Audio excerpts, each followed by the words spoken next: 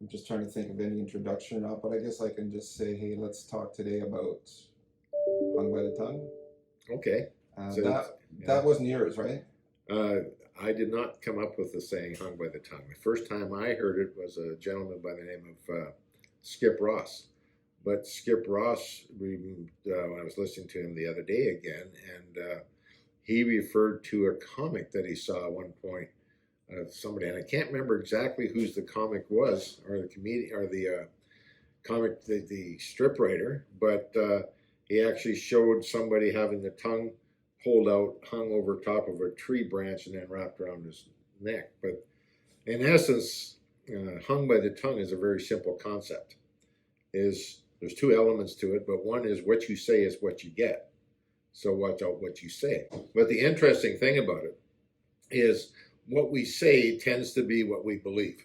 So we've already got a belief structure. So if you want to know what somebody's disposition towards life is listen to what they say. Right. And they always tell you exactly what their position is in life. For example, they say, I'm always a day late and $1 short. Or they say something like, I'm good with names. I always remember names. Or Nobody says others, that. others might say, well, I'm lousy with names. Right. I never get a name right. So, or I never remember names. Yes. yeah, I never remember names. Or somebody says, I can never be on time. I'm a morning person. Or I'm a nighthawk. If you ask my husband if he wakes up grouchy in the morning, he'll say that he lets her sleep till noon. So, or I'm useless until I have my coffee. We have all of these things that we say that indicate to the world exactly what we believe about ourselves. And as Skip Ross says, it's not experiences have not made you what you are. They've made you believe you are the way you are, and therefore you are. So that's an indicator. Now, what's really interesting about self-talk is that when you change the talk, you actually change the belief structure to a certain extent. Which is kind of the whole thing about affirmations, I guess. In the book, I use an example that I was at a party at your house. Yeah. And there was an individual, I can't remember her name right now. I think it was Catherine. Leanne. Yes. And Leanne and I were discussing, and I sat in one spot all night, and Leanne and I were talking about remembering names. And Leanne says, I can never remember names. Yeah. So I got her to just start repeating, I'm good with names. I remember all the names I ever come across. And I got her to start thinking that way, or to start just saying it.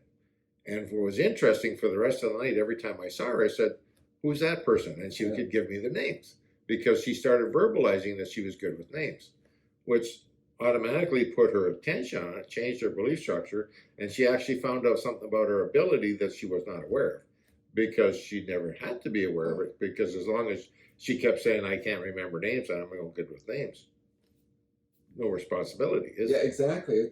It let her off the hook because I saw her smiling all night. She'd run back to you and say, I remember that guy's name. That's right. You witnessed that, didn't you? I did. I'll give you an example. How many of us have lost our keys? Right.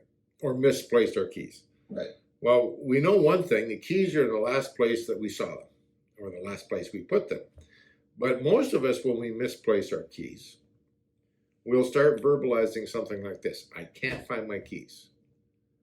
Where are my keys? I can't find my keys. Who took my keys? I lost my keys. I can't find my keys. And inevitably, somebody will run around for 10 or 15 minutes and somebody else can come in the room and see, you mean these that were sitting right in front of you on the coffee table? But the person, because they're verbalizing, I can't find my keys, doesn't even see it. Now, which brings us into the discussion about being right is survival and being wrong is moving to death. So, for example, if you keep saying, I can't find my keys, then to be right, you better not find your keys. Exactly. So even if they're right in front of you, you can't see them because that would make you wrong. And if you're wrong, that's dangerous. If you're right, if you continue not finding your keys, then you're right. Now, it's interesting that situation actually exists, that we actually have a computation that works against us. But Is it thinks it's working for us. Well, we But think it's- we're working for us by saying I can't find my keys, which we're just sort of stating a fact, but it's not really a fact. The truth of the matter is we remember everything that's ever happened to us and everything we've ever done. We just have a little problem with recall. And the reason we have the problem with recall is what we say to ourselves and the belief structure that we've developed, that I always lose things I can't find them. I've had situations where I've lost my keys or misplaced my keys, and I had one in particular about a year ago. And I just, instead of saying I can't find my keys, I said, well, I always know where my stuff is. And interestingly, I walked outside, walked to the back, walked to my truck, opened the back door, lifted the back seat, and there were my keys. Well, thinking about it, I just went there because obviously I knew where I put them because I was the one that put them there. Right. And so simply by verbalizing, I know where they're at. I mean, it creates that situation where it's right to know where they're at. And I absolutely, instantly knew where they're at. Now, there's hundreds of examples of this. I verbalized something the other day. What was it? I actually have it in my phone. Let me read it to you. Because once I verbalized it a couple times. I just think about how now that you say it, I can't find my keys. Why, while you're looking for your keys, why would you say you can't find them? Why wouldn't you say at least, what are you doing? Oh, I'm looking for my keys. At least that's saying what you're doing. But to actually say I can't find my keys while you're looking for them is, now that you say it, it sounds so stupid. But a lot of us do it. I'll give you another Can't find my example. I don't know if this has ever happened to you, but you go use an Interact machine. Mm-hmm. And instead of the Interact machine saying leave your card in, okay, it always says don't remove your card. Yes. And what's amazing is instantly the only word you see is the remove. And I don't know how many times this happened to you. It's happened to me lots of times where when I saw don't remove your card, I pulled my car out because I saw the word remove. Yes. Which is the action word. If they would have told me to leave my card in, I would have left my card in. But I saw the word remove, and because right after don't remove, then it says remove your card. Yeah. Right? That's true. That's not a good way to do it. It is not. Whoever did it is okay. But it's true, because even the times where I have pulled it out once or twice, but when I haven't, my first reaction is to remove. And I have to stop myself. Unless you catch yourself. Yeah. Yeah. So the other day I came across this, and I'm grateful now that abundance comes to me easily and effortlessly on a consistent and everyday basis. The amount of opportunities, I just simply said that once. I maybe repeated it twice. It's amazingly that changes your thought process in terms of finding opportunity. And all of a sudden, money started flowing my way. Opportunities started flowing my way. Things came out of the woodwork. Now, were they there before? Well, as you go through part of the book, you'll maybe find out that they were there before. And by stating that and verbalizing that, I actually did something. We talk about in the book the reticular activating system. And the reticular activating system's job is to protect us, to make us right. And it only lets in the information that makes us right. Okay? So if I keep repeating I can't find my keys, then the reticular activating system is only going to, we call it the RAS, is only going to let in that information that proves that I can't find my keys. Right? So the keys are right there. I can't see them. Right? That's true. So it's a very simple mechanism. Well, that's what I like about the book. We're explaining why things work the way they are, so that if it makes sense to you, you're more likely to follow it, because you understand the mechanisms behind it. Yeah, understanding how something works, and if you know the mechanisms and how something is put together and how it works, it's less magic then. Yeah, for example, if you're just given instructions how to change the oil of your car, and it just says step 1, step 2, step 3, do this, all you can do is memorize those steps. But until you understand what you're doing, you can make mistakes. But if you understood, then it makes sense what you're doing. If you're following the instructions and you don't understand what you're doing, and you miss a step accidentally, you won't know that you missed a step. That's right. And so you may blow up your car. Maybe the step that you missed was to tighten, Put the oil back. Yeah, tighten the filter. Right? Or yeah, tighten the screw. Tighten the filter. So you wrapped up the filter, you put it on there, and then somehow you got distracted when you go to the next lesson says tighten the filter and how to tighten it, but you missed that step. Okay? And the next step it says put in the drain plug, and so you tighten the drain, and then you dump in the oil, and so you think you've done the job properly, and 3,000 miles from now, the car's out of oil and it blows up. Yeah. It's because you didn't understand it. Does that make sense? Absolutely. So if you understand the mechanics of the mind, you understand how we were put together and how everything works in unison with each other, then it's very easy to figure out when something's out. I don't know if you Exactly. if we can give another example of that. Building a house. If you don't know what you're doing, and you're just following instructions, and you forget to secure the base plate on the wall, first storm comes up and the house blows away. Right? Yeah, or I put in my own swimming pool, Okay. and it had all the directions, and I kept asking people for help to understand what's going on. I couldn't get it, so it took me forever. Mhm. Always worried I'm going to miss a step or do something wrong because I don't understand what I'm doing. Yeah. So it got done because I was able to get at least something, like I got somebody to come and take a look, see where I was at, and let me know what Yeah. the next steps are. But it was hell. I got that. You're never sure. I got that. I was still worried. When I put water in this thing, is it just going to, I call it looking for the got you.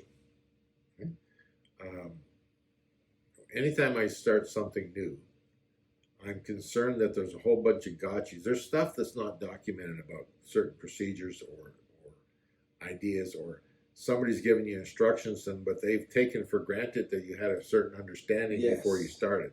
Exactly. And so what they consider to be simple step-by-step process is taken into the assumption that you already knew those 4 steps in between this step and this step. Mhm. And I find that happens a lot. Yep. I just recently got involved in an investment process that the person teaching me how to get on it made a whole bunch of assumptions. And I would go 2 steps in and going, okay, something's missing. There's some steps. You can even find that on when you go do a Google search to do a how-to on something, especially with related to Windows 10 or Windows 11, and so they'll make statements and tell you to do this, assuming that you already know how to do that. And so they start, instead of starting here, they're starting here, and you're lost from here to here, and you give up. Well, I guess that's one of the problems is if they go too intricate, people that do have some understanding will just get bored and walk away. So it is a difficult thing. You have to know your audience, I guess. Well, even there, if you already know the first 5 steps, and you would just skip through them and go to step 6 and pick it up from there where you don't know, right? But for the person who doesn't know step 1, 2, 3, 4, 5, they're lost. Yeah, no, it makes sense. It wasn't very helpful.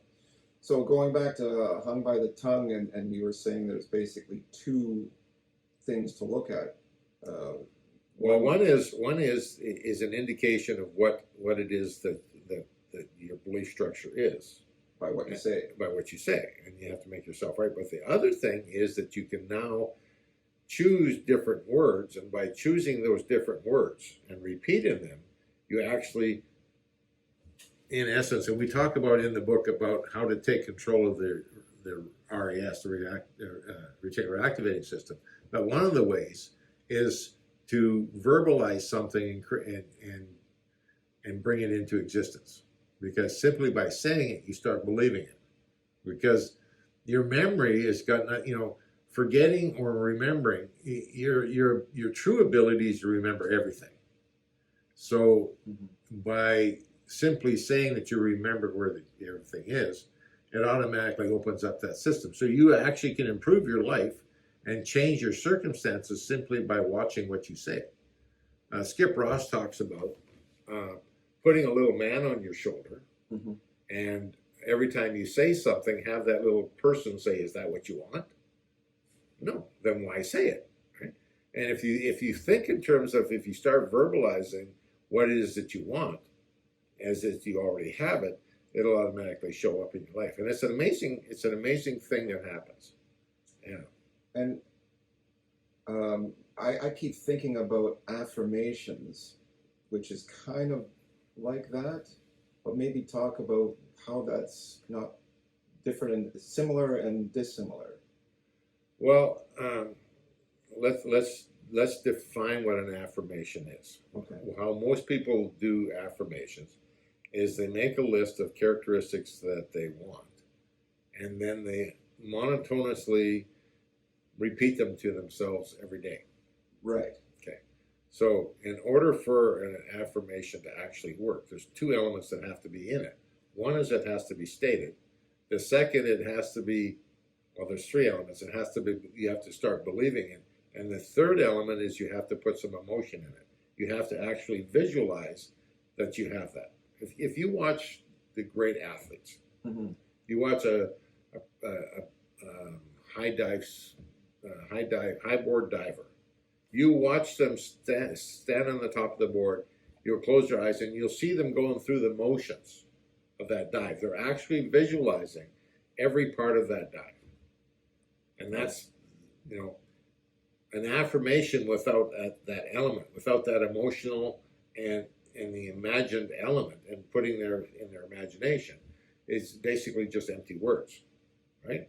So, for example, when you start saying, I always remember where my stuff is, what conjures up and what happens immediately is you remember all the past times that you actually knew where everything is. And you'll start seeing that, yeah, you 99% of the time you know where everything is. But maybe at the beginning you start remembering the times you couldn't find your keys. No, And then- only if you're saying I can't find my keys, Okay. or if you're saying I never can find my stuff. That brings in all the data that proves that right. What's interesting is when you start saying I always know where my stuff is, the data that proves that you always know where your stuff is shows up.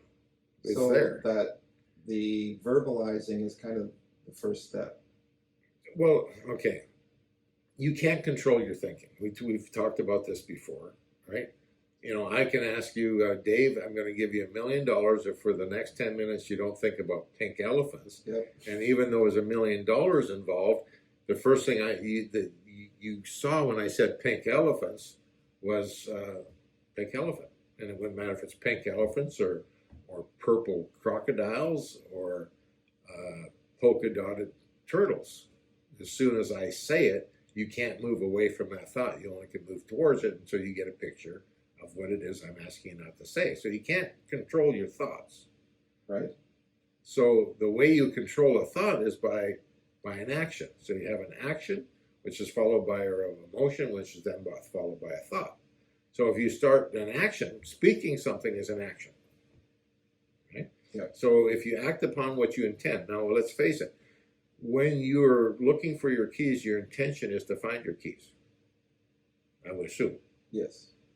So if you just start saying, I always know, okay, my intention is to find my keys, I always know where my keys are, instantaneously that all creates the fact that you know where your keys are. And it creates your own reality. Right? It creates your own, it makes life a lot smoother. It does. Now, there's a lot of other examples. Give me another example is I'm a lousy reader. Okay? Or another example is I'm no good at basketball. Or one of the examples you use is the guy that keeps repeating after himself in playing hockey. He puts in a lot of effort, but he's not a finisher. He's got no finish. He's got no finish, right?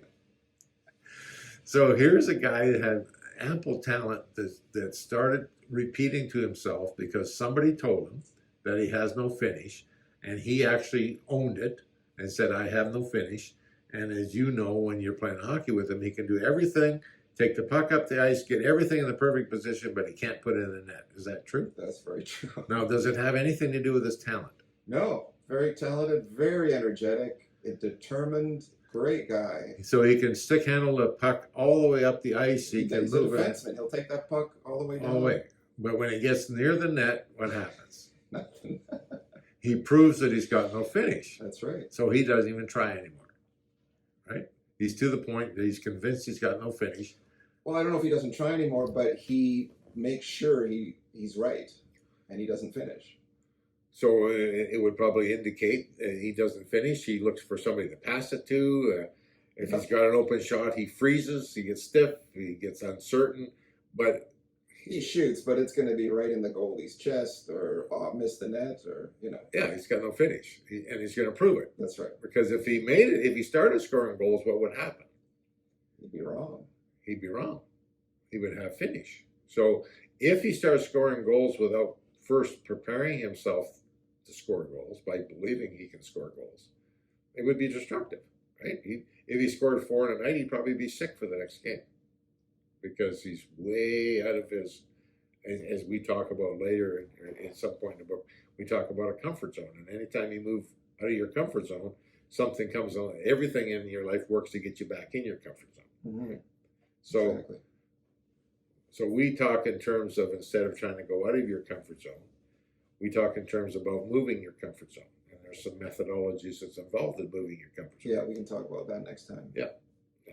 So verbalization is one of those things you use to move a comfort zone. And it makes perfect sense. It's actually an easy fix if you want to do it. Just start with changing what you say. Yes, but some people think it's a lie. Of course. See, I've never been able to find my keys. So now if I start saying I can always know where my keys are, aren't I lying to myself? Yeah, you feel very insincere. It's not true. Just like my friend that he's got no finish. I've talked to him about that and saying, you've got finish. And he's okay, yeah. It's just very awkward for him. But the truth is that when we say I've got no finish, or we say I can't find my key, it is a lie. That is the lie. Because That's a good point. We know that if I put you under hypnosis, Dave, that you can remember every 10th of a second or 100th of a second of your life. We can take you back to any situation and you can recall perfectly everything that was happening in your environment. That data is all there and it's all stored. So the truth of the matter is you remember everything. So when you say I can't find my keys, you're lying. Right? The truth of the matter is your friend who's a hockey player can play perfectly with that puck all the way up to that point of shooting. Now, does that mean he doesn't have the skills to shoot? No, if he can do all of that, that means the skills exist. Exactly. Okay? He's put the barrier there based on what he says and what he's chosen to believe. He's put the barrier there that prevents him from scoring goals. Now that you mention it, I could see him being in junior hockey and his coach wanting to get him to work harder, saying, you got no finish, so that he'll somehow motivate him to work at the finish. And then when he didn't make it past junior, and the coach said, yeah, you had everything, but you got no finish, that gives him an out. That gives him oh, that's why I didn't make junior, obviously. Yeah. So he can't have a finish now, because if he does, then he'll look back and go, shit, it was something else that I couldn't score. It's something else that I couldn't make it past junior. Yes. So he's got to stay with that. He's got to hold on. He's got to be right. Yeah. Being right is right. That's Being right means survival. Being wrong means moving towards that. Now, I'll give you an example. Recently, I was listening to a Skip Ross lecture, and he talked about a student who had straight A's in high school, wrote an entrance exam, the SATs, and when they sent it back, he had a score of 98. But he was looking at the score, and he thought it said he had a 98 IQ. So he kind of knew, well, just to function, you need about 110. So he went to university, and he flunked everything the first 6 months. It was just absolutely, it was a mess. It was a train wreck. And so one of the professors, the counselor, came to him and said, what's going on with you? You were straight A's in high school. You get here, and what's going on? Well, the guy says, well, it's the best I could do with my abilities. And he said, well, what are you talking about? He said, well, you guys told me, he says, I have an IQ 98 when you sent my test marks back. And the counselor says, no, that's not what that meant. That means you were you beat 98% of all the other applicants with your score. And what was amazing is when he became aware that he beat all 98% of all the other applicants, all of a sudden his marks flipped around because he started performing again. He started living up to his potential because that was always there. But he was the one that got in the way. When he started believing that he had a 98 IQ, he didn't even feel he belonged in university. He's wondering why they even let him in. And he flopped. So that belief structure is so important. When you believe it, you have to make that belief come true. Okay? So that's an interesting example of that. There's all kinds of examples when a gentleman's locked in a boxcar overnight, and it's a refrigerated boxcar, and he believes that the refrigerator is working, and so he knows when he gets locked in that boxcar that he's going to be dead by morning, and so while he's dying, while he's in that boxcar that night, he's writing on a piece of paper and he's writing notes and he's talking about getting cold and his fingers are getting numb and so forth. And he opened the boxcar the next day and he had written, "This is my last breath," and he died. They opened the boxcar the next day and there he is, and his body indicated he'd been frozen to death. Trouble is, the refrigerator on that boxcar hadn't worked for 4 days. It was broken. It was scheduled for maintenance, but he didn't know that. So he had talked himself into, based on that belief. And remember, there's self-talk is what we already believe. Right. So left on the default, whatever we believe about ourselves is indicated in our self-talk. And until we take control of that self-talk and change it, that belief sticks there. So his writing was his self-talk. You got to Oh yeah, see what he was saying. Well, self-talk. Most of it, we speak to ourselves about 300 words per minute inside of our head, and if we're verbalizing it out here, we're saying it 40 times or 30 times. For every time we say something verbally out of our mouth, we're saying it to ourselves probably 20 or 30 times internally. I mean, it would be amazing if we could actually plug something into somebody's head and just hear the talk that people rattle through themselves. Right. That's a good place to stop, I think. Okay. Was there anything else you wanted to say on that before we? No, that's fine. Yeah, That's good. we can pick this up next time. Perfect.